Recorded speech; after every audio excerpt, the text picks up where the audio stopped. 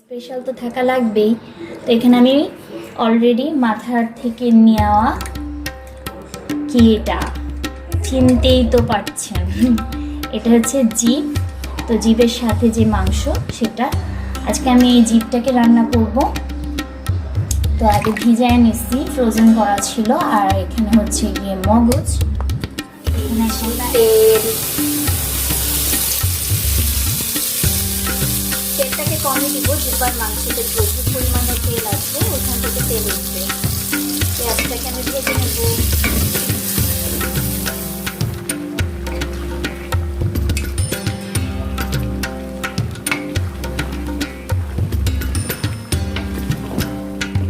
আমার মগজটা হয়ে গেছে একদম পারফেক্টভাবে।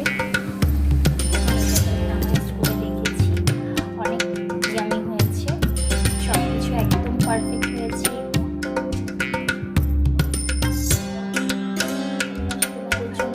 আমাকেও তোমরা অনেক অনেক ভালোবাসা দিবে। তো আজ এই পর্যন্তই, আল্লাহ হাফেজ।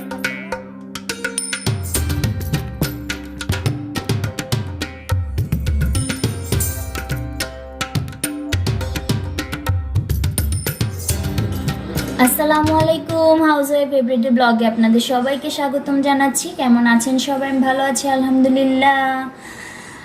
আমাকে হয়তো আপনারা সবাই ভুলেই গেছেন, এর জন্য আমাকে স্মরণ করেন না, আমাকে কোনো মেসেজ করেন না, কোনো কমেন্টস করেন না। তারপর আমি আপনাদেরকে অনেক ভালোবাসি, তাই আপনাদের জন্যই এই রান্নাবান্না। তো আজকে আমি রান্না করব, আজকে হচ্ছে ফ্রাইডে। তো ফ্রাইডে স্পেশাল তো থাকা লাগবেই। তো এখানে আমি অলরেডি মাথার থেকে নেওয়া কি এটা চিনতেই তো পারছেন, এটা হচ্ছে জিভ। তো জিভের সাথে যে মাংস সেটা আজকে আমি এই জিভটাকে রান্না করব।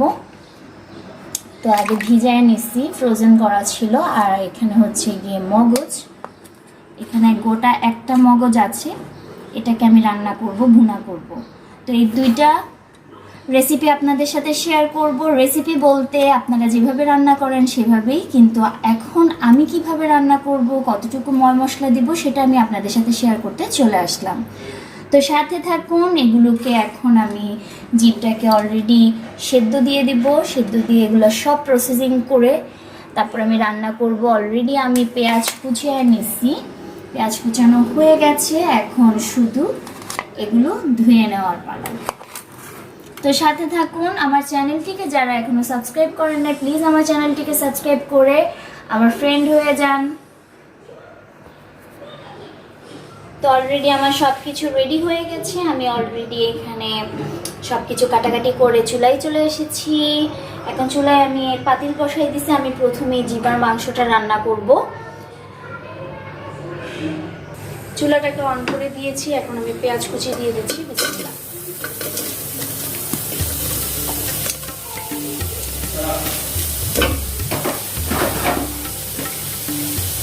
এখন আমি দিয়ে দিচ্ছি তেল। তেলটাকে কমই দিব, জিহ্বার মাংসতে প্রচুর পরিমাণে তেল আছে, ওখান থেকে তেল উঠবে। পেঁয়াজটাকে আমি ভেজে নেব। অ্যাড করে দিচ্ছি লবণ পরিমাণ মতো,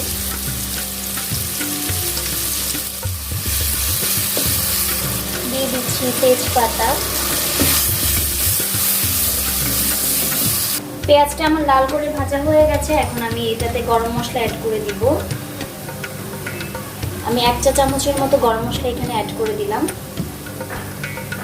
এখন দিয়ে দিচ্ছি মরিচ, এটা আমি আমার ঝাল অনুপাতে 2 চামচের মতো দিলাম। হলুদ 1 চা চামচ, ধনিয়ার গুঁড়া হাফ চা চামচ। এখন আমি দিয়ে দিচ্ছি আদা রসুন বাটা কুচো করে 2 চা চামচের মতো। এখন সবগুলো মশলাকে আমি ভালো করে কষিয়ে নিব। মশলাটা আমার কষানো হয়ে গেছে, এখন আমি ধুয়ে রাখা সেই জিহ্বার মাংসটাকে এখানে দিয়ে দিব। এখানে আমি গরম পানি দিয়ে ভালো করে সেদ্ধ করে কিউব কিউব করে কেটে নিয়েছি জিহ্বার মাংসটা। মাথার অংশের সব মাংসটাকেই ভালো করে গরম পানিতে সিদ্ধ করে আধা ঘন্টার মতো রেখে তারপরে ধুয়ে ভালো করে কাটা উচিত, কারণ মাথার মাংসতে একটা অন্য রকমের স্মেল আসে, সেটা দূর করার জন্য। তো আমি এটাকে ভালো করে গরম পানি দিয়ে ভিজিয়ে রেখে এখন কেটে ধুয়ে নিয়েছি। এখন আমি এটাকে অ্যাড করে দিচ্ছি। সবগুলো মাংস আমি এখানে অ্যাড করে দিব।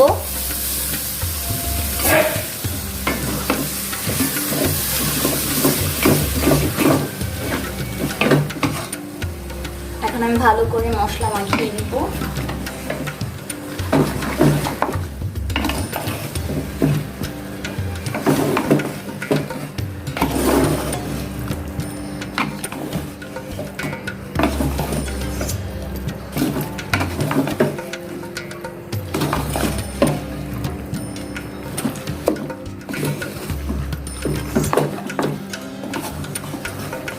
গরুর মাংসর যে কোনো অংশ আমার শ্বশুর বা আব্বার খুব পছন্দ, আর মাথার সাইডের মাংসতে তো উনি খুবই দুর্বল। তো আজকে আমি রান্না করছি আমার আপুর জন্য। এখন ভালো করে মশলাটা আমার মাখানো হয়ে গেছে, আমি এটাকে এখন ঢেকে কষতে দিব।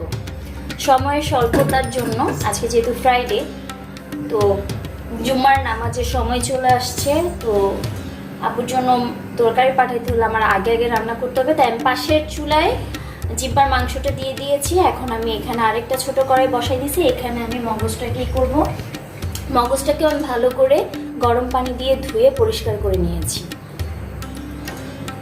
এখন এটাকে আমি রান্না করব। প্রথমেই আমি দিয়ে দিচ্ছি 2টা তেজপাতা, আর দিয়ে দিচ্ছি পরিমাণ মতো পেঁয়াজ কুচি। মগজে পেঁয়াজটা একটু বেশিই লাগে। এখন আমি অ্যাড করব তেল।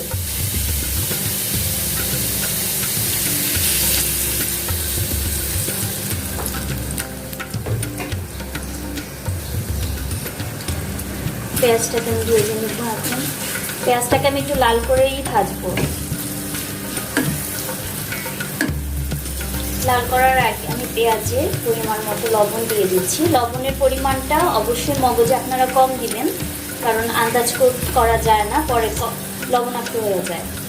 তো আমি এখন পরিমাণ মতো দিলাম, পরে কম বেশি দেখে দিয়ে দিব।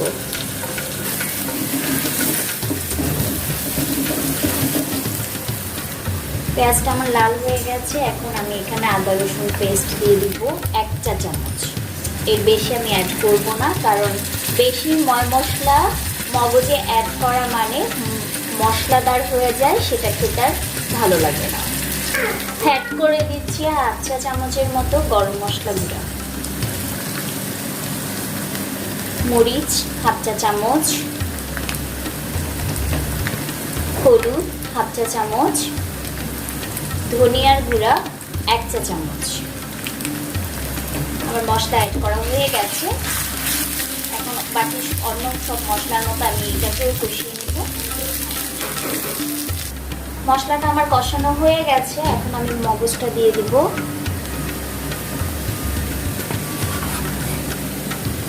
বিসমিল্লাহ।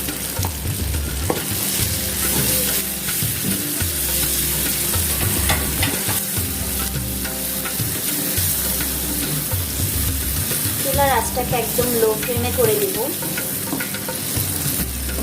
মগজটা একদম আস্তে আস্তে হবে। মগজটা কষতে দিয়েই আমি পানি এখানে অ্যাড করে দিচ্ছি। আমি আর কোনো পানি অ্যাড করব না, এই পানিতেই পুরো মগজটা কমপ্লিট হয়ে যাবে। তো পানিটা আমি পরিমাণ মতো অ্যাড করেছি। এখানে একটা মগজে আমি আধা মগ পানির মতো এখানে অ্যাড করেছি। আর কোনো পানি অ্যাড করব না, আর কোনো মশলা এখানে আমি অ্যাড করব না। এখন আমি এটা ঢেকে দিব। এটা একদম লো ফ্লেমে দিয়ে দিব। এটা আস্তে আস্তে ভাজা ভাজা হয়ে যাবে। এটার কাজ শেষ। এখন এটা আস্তে আস্তে হবে। আমি জিব্বার মাংসটা দেখে নিচ্ছি।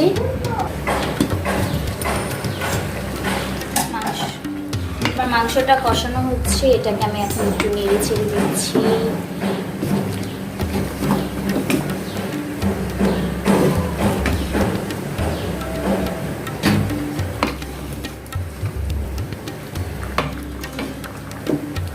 জিব্বা থেকেই পানি উঠেছে, এটা দিয়েই সিদ্ধ হয়ে যাবে।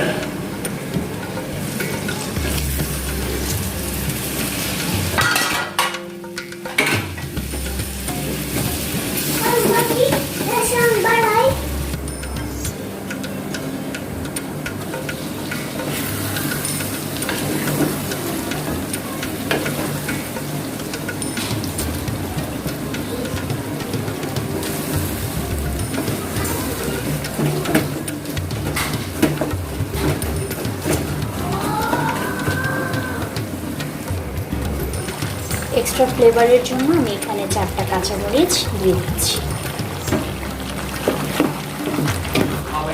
আমি কিন্তু এখানে কোনো মাংস অ্যাড করব না, আমি কোনো পানি অ্যাড করব না সেখানে। এই পানিতেই ভালো করে মাংসটা ভুনা ভুনা হয়ে যাবে। এখন আমি এটাতে লাস্ট অ্যাড করে দেব জিরা। এখানে আমি জিরা অ্যাড করে দিচ্ছি।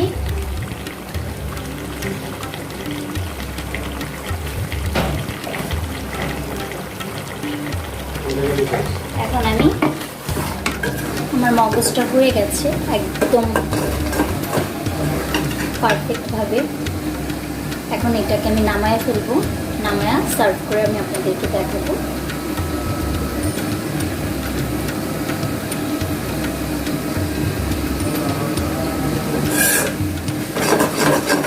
কমপ্লিট।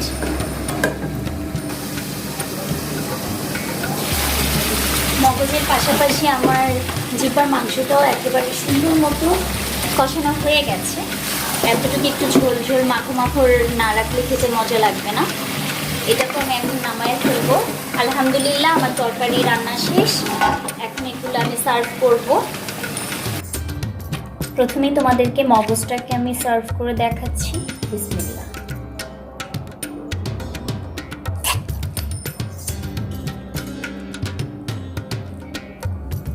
খেতে খুবই ইয়ামি হয়েছে, আমি একটু চেখে দেখেছিলাম। তোমাদের খাওয়াতে পারলে আমি আরও খুশি হতাম, কিন্তু আফসোস বন্ধুরা আমি তোমাদেরকে খাওয়াতে পারছি না। এই হচ্ছে আমার মগজ। অলরেডি আমার মগজ কমপ্লিট হয়ে গেছে। So yummy. এখন আমি তোমাদেরকে জিভের মাংসটাকে সার্ভ করে দেখাবো। বিসমিল্লাহ।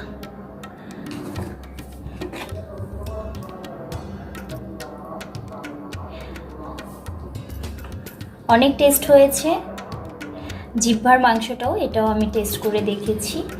অনেক ইয়ামি হয়েছে, সব কিছু একদম পারফেক্ট হয়েছে।